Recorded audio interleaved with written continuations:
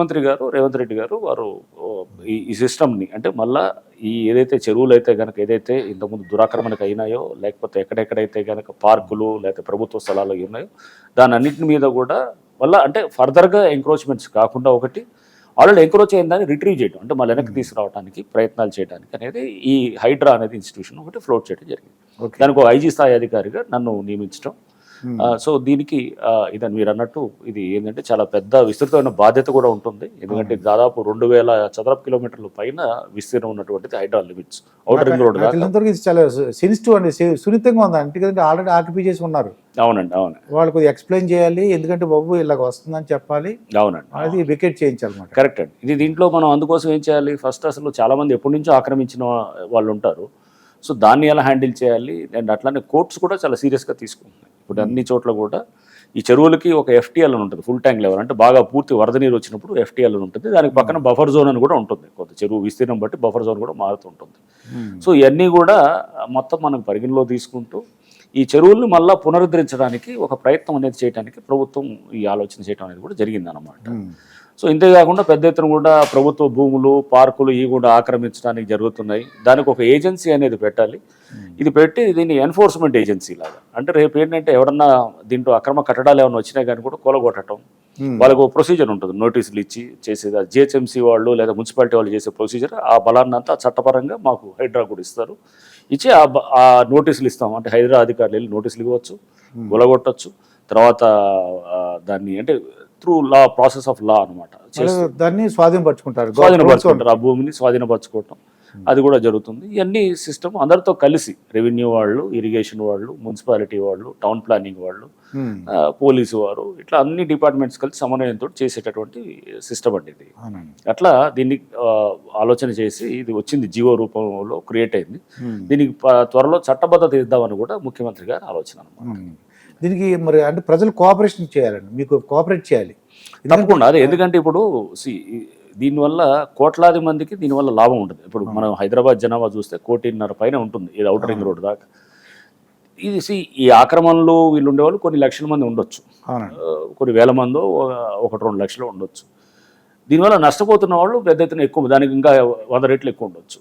So మనకంటే ఎవరు ఈ కబ్జాలు చేసిన వాళ్ళు వాళ్ళ ఇంట్రెస్ట్లు ముఖ్యమా, లేకపోతే ఎక్కువ మంది ఈ మొత్తం కమ్యూనిటీ ఇంట్రెస్ట్ ముఖ్యం అన్నప్పుడు మనం డెఫినెట్గా కమ్యూనిటీ ఇంట్రెస్ట్ వైపు పోవాలి.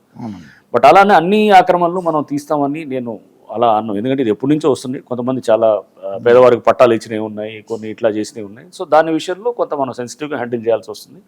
బట్ ఎవరైతే కనుక కబ్జాదారులు ఉన్నారో, ల్యాండ్ కబ్జాలు చేస్తూ వాళ్ళు దీంట్లో ప్లాట్లు చేసి వ్యాపారాలు చేయటాలు, లేకపోతే దీన్ని చేసి కొంతమంది చిన్న చిన్న వాళ్ళకి అమ్మటం, అంటే 50 గజాలు 100 గజాలు కూడా వీళ్ళే కబ్జా చేసి అమ్మిన సందర్భాలు కూడా ఉన్నాయన్నమాట. సో అట్లా కూడా చేసిన వాళ్ళు, అంటే వ్యాపారం చేసి దాని వెనకాల ఉండే వాళ్ళని కూడా మనం దీంట్లో పూర్తిగా ఐడెంటిఫై చేసి వాళ్ళ మీద యాక్షన్ తీసుకుంటూ, హైడ్రాకు ఒక పోలీస్ స్టేషన్ పవర్స్ కూడా ఇస్తున్నారు. హైడ్రాకు ఒక పోలీస్ స్టేషన్ కూడా వచ్చినప్పుడు ఖచ్చితంగా వాళ్ళ మీద కూడా యాక్షన్ ఉంటుంది. అంటే జనరల్గా వర్షం పడినప్పుడు మీరు చెప్పినట్టు ఒక మ్యాన్ హోల్స్ ఉంటాయండి, ఆ వాటర్ వెళ్ళిపోవడానికి వీళ్ళు ఓపెన్ చేస్తుంటారు ఎక్కువగా. మీరు అటువంటి విపత్కర పరిస్థితుల్లో మీరు ఎటువంటి ఇన్స్ట్రక్షన్స్ ఇస్తారండి ప్రజలకి? అదండి, ఇప్పుడు అది ఏమవుతుంది, ఆ పైన వాటర్ అనేది తొందరగా పోవడానికి కోసం అని ఇస్తున్నారు. ఇచ్చి అది పైన మ్యాన్ హోల్ ఓపెన్ చేస్తున్నారు. చేసినప్పుడు అక్కడ సరే ఒకవేళ ఆ టైంలో పైన ఏమవుతుందండి, దానికి యాక్చువల్గా కొన్ని హోల్స్ ఉంటాయి. మామూలుగా ఒక మ్యాన్ హోల్ పైన ఉండేటటువంటిది, దాన్నే మనం క్యాచ్ పిట్ అని అంటాం. దానిలోంచి వాటర్ మెల్లిగా వెళ్తుంది, లేదా చెత్త అడ్డుపడుతుందని చెప్పి దీన్ని పైన తీసేసి మూతను తీసేసి పెడతారనమాట. లోపల కూడా మనం చూస్తే చాలా, నేను వచ్చిన తర్వాత ఈ 1 monthలో చాలా చోట్ల ఇన్స్పెక్ట్ చేసి లోపల క్యాచ్ పిట్లు చూస్తే మొత్తం ఇసుకమయం ఉందన్నమాట. మొత్తం అంటే సిల్ట్ ఉంటుంది, నీళ్ళు అయితే ఏదైతే కొట్టుకొస్తుందో అంతా పూర్తి ఇసుకతోటి మొత్తం క్లాగ్ అయిపోయింది. అంటే నీళ్లు వస్తున్నాయి అనుకోండి, ఇప్పుడు మనకు బాత్రూంలో సపోజ్ స్నానం చేసినప్పుడు ఆ పైన అంతా ఏదైతే కనుక నాని ట్రాప్ అంటారు, అది ఆ పైన అంతా కాస్త చెత్త ఉందనుకోండి, వెళ్ళదు సరిగ్గా. ఆ చెత్తను క్లీన్ చేసేస్తే నీట్గా వెళ్తుంది అనమాట. సో సేమ్ థింగ్ ఇక్కడ కూడా మనం ఏంటంటే ఆ సిల్ట్ అంతా ఏదైతే బ్లాక్ చేస్తుందో ఆ బ్లాక్ చేస్తున్న సిల్ట్ని తీసేయాలి ఎప్పటికప్పుడు. తీసేస్తే మీకు గంటలో పోయే నీళ్ళు మీరు ఇవన్నీ తీసేయడంతో 20 నిమిషాలు వెళ్ళిపోతాయి. సో ట్రాఫిక్ మీరు దాదాపు 40 నిమిషాల టైం మీరు కాపాడినట్టే కదా. వాటర్ లాగింగ్ వల్ల దానివల్ల వాటర్ మొత్తం జామ్ నిలవటం వల్ల ట్రాఫిక్ అంతా దెబ్బతింటాం, అస్తవ్యస్తం అవటం. సో మనం ఎప్పటికప్పుడు మెయింటెనెన్స్ కూడా చూసుకోవాలి. సో డిజాస్టర్ మేనేజ్మెంట్లో మేము అది కూడా చూస్తున్నాము. ఇప్పుడు మీరు ఐజీగా ఉన్నారండి, ఇటువంటి వర్క్ మీకు ఇంట్రెస్ట్ ఉంటుందా సార్? నాకు చిన్న డౌట్ అనమాట. అంటే పోలీస్ డిపార్ట్మెంట్ అంటే ఏదో దొంగలు పట్టుకోవడం నక్సలైట్లు ఏవో మాకు అలా అనిపిస్తుంది జనరల్. వీళ్ళేమో డిజాస్టర్ మేనేజ్మెంట్ అని ఇలా చేస్తున్నారు అని అనిపిస్తుంది మీకు. డిజాస్టర్ మేనేజ్మెంట్ మీరు కబ్జాలని నియంత్రిస్తున్నారు కదా, ఇది పోలీస్ చేసేదే పనే కదా. ఇప్పుడు ఈ కబ్జాలన్నీ కూడా ఏదైతే అసెట్స్ అంతే అసెట్స్ చేస్తున్నాం, మీరు ఎవరైతే కనుక కబ్జాలు చేశారో వాళ్ళ మీద కేసులు పెడతాం. మా దగ్గరే పోలీస్ స్టేషన్ ఉంటుంది, రేపు హైడ్రా పోలీస్ స్టేషన్ ఉంటుంది, కేసులు పెట్టి జైలుకు పంపిస్తాం. సో జైలుకు పంపించి ఈ కబ్జాలు చేసేవాళ్ళు, ప్రభుత్వ భూములు ఆక్రమించేవాళ్ళు, ఇదంతా కూడా ల్యాండ్ గ్రాబింగ్ చేస్తున్న వాళ్ళని ఇదంతా హైదరాబాద్ చుట్టూ ఉన్న ప్రాంతాల్లో పెద్ద ఎత్తున ఈ ల్యాండ్ గ్రాబింగ్, ల్యాండ్ ఎంక్రోచ్మెంట్ చేసేవాళ్ళు, ప్రభుత్వ వాసులను ఎవరైతే కనుక కబ్జా చేయడం వాళ్ళందరినీ కూడా మనం చేయడానికే ఈ హైడ్రా అనేది మాట. అంటే మీ మీద పొలిటికల్గా ఇన్ఫ్లుయెన్స్ అంటే నేను పలానా పార్టీకి చెందిన వాడిని, నేను ఆల్రెడీ వేసుకున్నాను, మాకు పొలిటికల్ పవర్ ఉంది, అటువంటి మీ దగ్గర మీ దృష్టికి తీసుకొచ్చి మిమ్మల్ని ఇన్ఫ్లుయెన్స్ చేయడానికి అవకాశం ఉందంటారా? అంటే భయపడ్డా అలా ఏముండదండి. నేను గత ప్రభుత్వంలో కూడా నాకు ఇంపార్టెంట్ అసైన్మెంట్స్ ఉన్నాయి. అంతకుముందు ప్రభుత్వాలు ఎప్పుడైనా కానీ కూడా నాకు ప్రభుత్వాలతో సంబంధం లేకుండా కూడా నేను ఎప్పుడు కూడా ఇంపార్టెంట్ అసైన్మెంట్స్లో ఉన్నాను. అక్కడ ఎప్పుడు కూడా నాకు రాజకీయంగా ఎప్పుడు ఏం సమస్య కాలేదు. నాకు అపోజిషన్ వాళ్ళు ఎంతో, రూలింగ్ పార్టీ వాళ్ళు అంతే ఉండేటటువంటి విధంగా పనిచేసాం. సో నేను పనిచేసిన ప్రాంతాలన్నింటిలో కూడా అదే విధంగా ఉంది. సో ఎక్కడ కూడా నాకు పొలిటికల్గా పెద్ద ప్రాబ్లం వస్తుందని నేను అనుకోను. సో ఎక్కడ కూడా అది ఏంటంటే ఈ పార్టీకి ఫేవర్ చేస్తారు, ఆ పార్టీకి ఫేవర్ చేసేది అనేది ఏముండదు. అంటే నేను అనేది ఏంటంటే ఇప్పుడు అది కబ్జా చేశాడు, ఖాళీ చేయమంటే ఆడు కోపం వస్తుంది కదండి, అప్పుడు ఎలా డీల్ చేస్తారు? ఉంటుందండి అది వాళ్ళకి. అందుకోసం మరి ఇప్పుడు కావాలని నన్ను అడిగి ఇక్కడ ఈ పోస్ట్కి రావాలని చెప్పింది కూడా ఎందుకంటే ఇట్లాంటి వాళ్ళని హ్యాండిల్ చేయాలంటే టఫ్గా చేయాలి. వాళ్ళు ఏ పార్టీ అయినా, రూలింగ్ పార్టీ వాడైనా ఫస్ట్ రూలింగ్ పార్టీ వాడి మీద యాక్షన్ తీసుకుంటే అందరూ రేపు వాళ్ళకి ఏంటంటే అమ్మో రూలింగ్ పార్టీ వాడికే రేపు యాక్షన్ తీసుకున్నప్పుడు మనం జాగ్రత్తగా ఉండాలనేటువంటిది వస్తుంది. అంటే మీకు ఖచ్చితంగా ఉంటుందండి. అది ఎలా పనిచేస్తారో తెలిసే కదా నాకు ఇక్కడ వేసింది, పోస్టింగ్ ఇచ్చింది. అలా చేసినారంటేనే వాళ్ళ ఉద్దేశం, ముఖ్యమంత్రి గారి ఉద్దేశం మాకు పలు సందర్భాల్లో కూడా చెప్పారు, చాలా టఫ్గా పోవాలి మనం అనేది కూడా నాకు పలు సందర్భాల్లో మీటింగ్స్లో కూడా చెప్పడం జరిగింది. మేము అలానే చేస్తాం కూడా, అలా చేస్తాం, దానికి చేసి చూపిస్తాం కూడా. రంగనాథ్ గారు దాని ముందు ఉంటారులేండి, ఇప్పుడు నాకు ఐడియా ఉంది.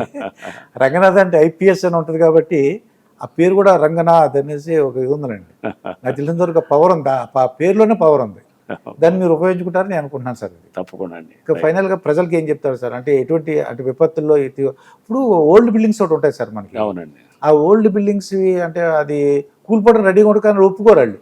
అవునండి, వాళ్ళని కన్విన్స్ చేయాలి, కన్విన్స్ చేసి తీసుకెళ్ళాలి. అది కూడా మీ పరిధిలో ఉంది సార్? మాకే వస్తుంది. అవి ఎలా సార్, అవి ఎలా డీల్ చేయాలి? అది వాళ్ళని కన్విన్స్ చేయాలి, లేకపోతే అట్లీస్ట్ వాళ్ళు కాకపోతే ఆ వర్షాలు, పెద్ద వర్షాలు ఉన్నప్పుడు వాళ్ళు తీసుకెళ్లి వేరే దగ్గర ఎక్కడైనా అకామిడేట్స్ మళ్ళీ అయిన తర్వాత తీసుకొచ్చి చేసేటట్టు చేయాలి. లేదా స్ట్రక్చరల్ స్ట్రెంత్ అసెస్ చేసి ఇస్తారు, ఇస్తే కూలగొట్టడం కూడా చేయొచ్చు. ఇంకా తప్పదు అనమాట.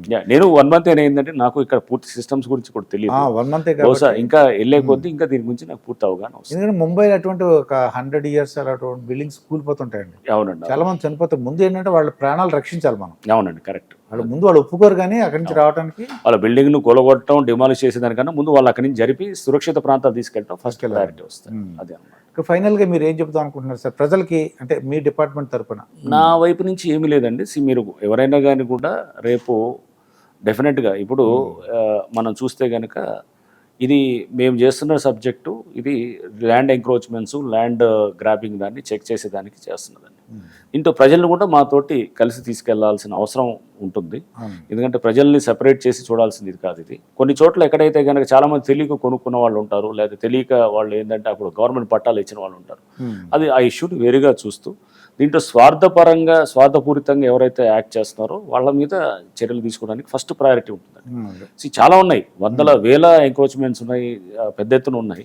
సో మనం ప్రయారిటైజ్ చేసుకునేటప్పుడు కూడా ఎవరైతే వాళ్ళ స్వార్థానికి చేశారో వాళ్ళని ముందు టార్గెట్ చేస్తాను తప్ప కానీ నార్మల్ సామాన్య వ్యక్తుల మీద హైడ్రా సంస్థ అనేది వెళ్ళడానికి ప్రజలకు ఎప్పుడు సహకారంగా ఉంటాం. వాళ్ళ హెల్ప్ కూడా తీసుకుంటాం. వాళ్ళు ఏమన్నా ఉంటే కనుక ఇన్ఫర్మేషన్ మాకు ప్రజలు ఇప్పుడు అందుకోసం ప్రజల్ని మమేకమై చేస్తే తప్ప, వాళ్ళ సపోర్ట్ తీసుకుంటే తప్ప మనకి ఇది కాదనమాట. అంటే సమాచారం తీసుకుంటాం. ఇక్కడ క్షేత్రస్థాయిలో ఎవరు చేస్తున్న కంప్లైంట్లు ఇస్తారు కొంతమంది, ఇచ్చినప్పుడు వాళ్ళ వెనకాల అంతర్గతంగా వాళ్ళకు కూడా ఒకటి ఏదో అజెండా ఉంటుంది. అదేంటంటే అక్కడేదో బ్లాక్మెయిల్ చేసుకుని డబ్బులు గుంజాలనేటటువంటి ఒక అది కూడా ఆ బ్యాచెస్ కూడా చాలా మంది ఉంటారు. సో మనం అన్ని చూసుకుంటూనే జాగ్రత్తగా ఎంక్వైరీ వచ్చినప్పుడు చెక్ చేసుకుని చేస్తాం. ఇదండి రంగనాథ్ గారితో జరిగిన ఇంటర్వ్యూ. మరొక ఇంటర్వ్యూతో మీ ముందుంటాను. మీ మాస్టర్ దుర్గా ప్రసాద్. నమస్కారం సార్. నమస్కారం అండి.